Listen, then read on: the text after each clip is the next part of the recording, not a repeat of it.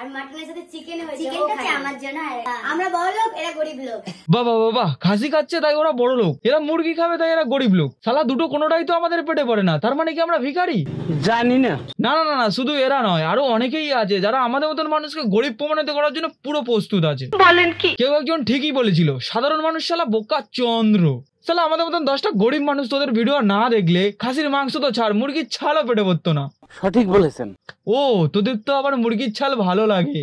আমারও ভালো লাগে, রিয়ারও ভালো লাগে। মুরগির ছাল খেতে বেশি ভালো লাগে। কি বাবা নিশু, আজকে বান্ধবী এসে কি রান্না হয়েছে বাড়িতে? আজকে রান্না হয়েছে মাটন, আমার বান্ধবীর ফেভারিট। ভালো কথা, নিশুদির বাড়িতে বান্ধবী এসেছে আর নিশুদি মাটনও রেঁধেছে।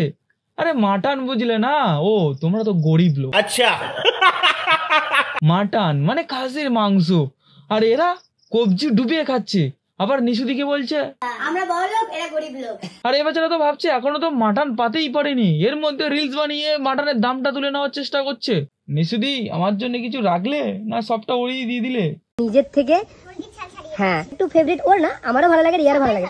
সবার ভালো লাগে না, এরকম বলো না, সবার ভালো, সবাই ভালোবাসে না। না রে ভাই, তুই কিছুই জানিস না, দিদি ঠিকই বলেছে, সবারই ভালো লাগে।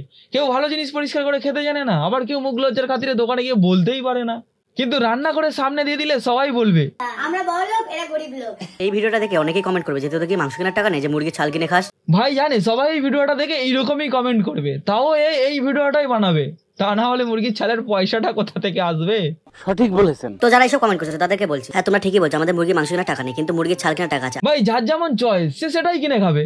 আমি তো মাছের ছাল কিনে খাই, কই লোকে তো আমাকে কমেন্ট করতে আসে না, কারণ আমি সেটা সোশ্যাল মিডিয়াতে দিই না। বলেন কি? ব্লগের নামে কেউ যদি ফোন হাতে নিয়ে বাথরুমে চলে যায় তো লোকে তো কমেন্ট করবেই। আর মুরগির ছাল যে একবার খাবে না, বারবার মুরগির ছালই কিনবে। আর হ্যাঁ, আমাদের না মুরগির মাংসের সাথে মুরগির ছাল খেতে বেশি ভালো লাগে। ভাই শুধু তোর নয়, সবারই ভালো লাগে।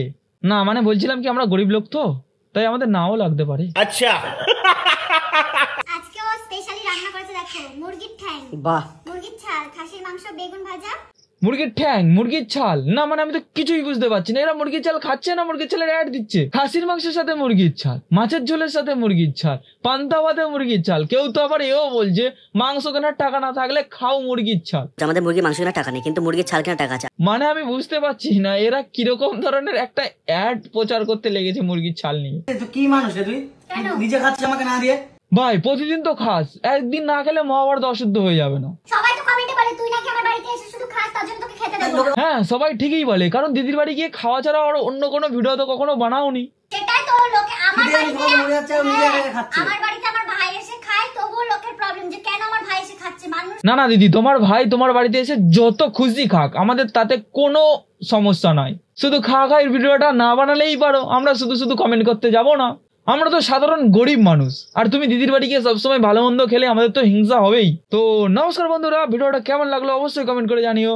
আর ভিডিওটা শুধুমাত্র এন্টারটেনমেন্ট পারপাসে বানানো, কারোর পার্সোনালি হার্ট করার জন্য নয়, তাই দয়া করে কেউ কোনো রকম খারাপ মন্তব্য করবেন না প্লিজ। আর আমার নেক্সট ভিডিও কিরকম ধরনের হওয়া উচিত কমেন্ট করে অবশ্যই বলো, সেরকম ভিডিও বানানোর জন্য অবশ্যই চেষ্টা করবো তোমাদের জন্য। তো ধন্যবাদ আমার সকল ভিউজার।